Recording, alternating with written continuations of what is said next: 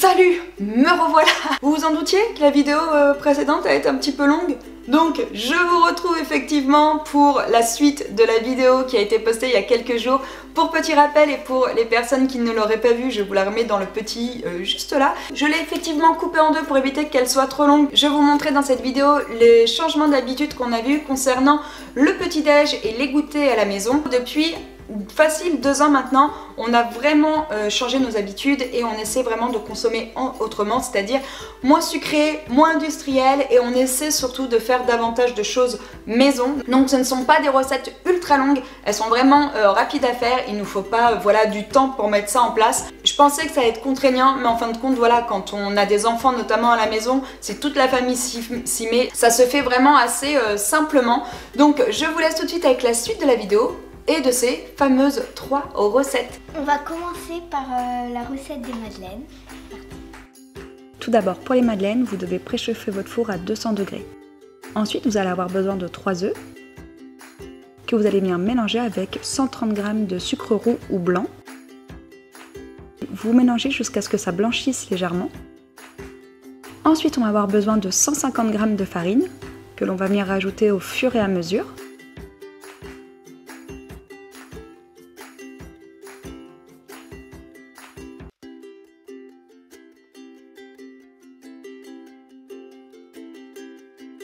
Alors vous allez voir, hein, ça commence, mais elle va manger de la pâte comme ça pendant tout le long de la vidéo.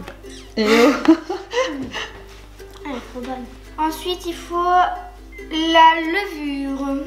Ensuite, vous venez rajouter un sachet de levure.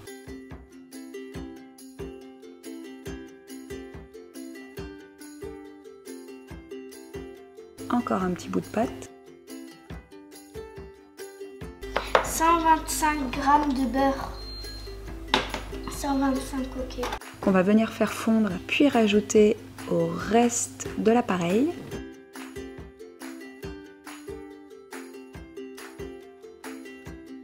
Encore une petite échouille. Encore une.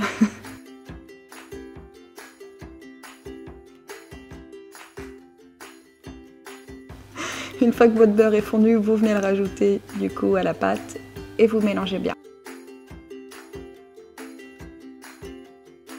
Elle est vraiment trop gourmande. Mais d'abord un crème parfait. Il est quelle heure, maman? Une fois que votre pâte est terminée, vous venez beurrer vos moules à madeleine, forcément.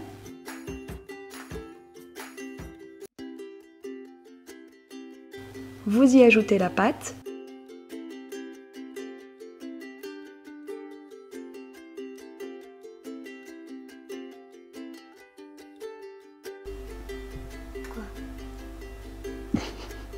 Arrête de te lécher les doigts.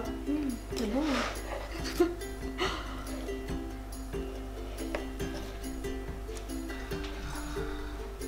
Oh bon. J'aurais tellement aimé, ouais. Et vous enfournez pendant 8 minutes.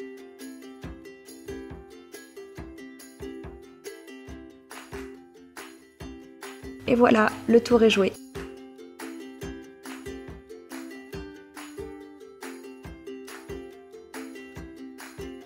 Maintenant, on va faire les 4 quarts. Tout d'abord, préchauffez votre four à 160 degrés. Bon. 190. 190? Ouais. Ok. Ensuite, pour le 4 quarts, c'est hyper simple. La base du 4 quarts, c'est de peser ses œufs et de mettre le même poids après en farine, sucre et beurre. Donc généralement, 3 œufs, ça correspond à peu près entre 190 et 200 g. 4 œufs, ça correspond à 250 g. Donc là, on est parti sur une base de 3 œufs. Maëlle a calculé, ça fait à peu près 190 g. Il y a juste le sucre, on en met un petit peu moins forcément pour éviter que ce soit trop sucré. Donc plutôt que de mettre 190 g de sucre, on en a mis 120. Ça va vite avec moi. Ensuite, Paquito. Paquito. Oh, j'aime trop la farine quand je la mets. Ensuite, il suffit de rajouter du coup 190 g de farine qu'on vient mélanger au reste de la pâte. 190 g de beurre. Ça fait beaucoup de beurre, mais c'est ce qui rend vraiment le 4 quarts moelleux. Et un demi-paquet de levure. Nous, on rajoute toujours un petit peu de citron. On aime beaucoup quand c'est un petit peu citronné, donc on n'hésite pas à en mettre. Ensuite on vient beurrer le moule. Oh là là, mais quelle gourmande, c'est pas possible. Et on viendra l'enfourner de 40 à 45 minutes à 160 degrés. Et voilà, il ne reste plus qu'à le déguster. Ça, c'est vraiment le goûter pratique du matin ou du petit-déj parce qu'on peut y mettre de la confiture, de la pâte à tartiner. Et c'est vrai qu'avec un chocolat, un thé ou un café, c'est juste excellent. Ensuite, pour la pâte à pancake, vous avez besoin de 2 œufs que vous venez mélanger à 60 g de sucre.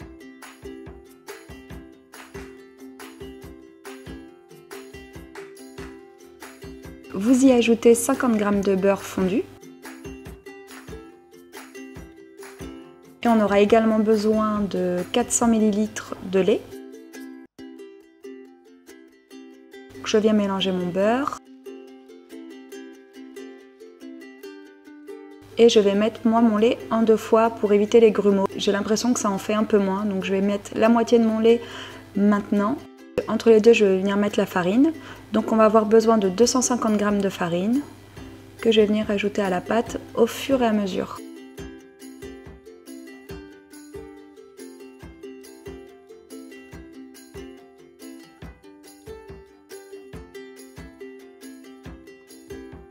Une fois que j'ai incorporé toute la farine, je vais venir mettre le reste du lait.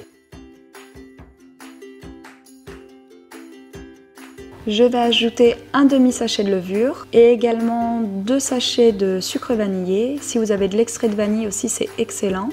Et vous pouvez y mettre une pincée de sel.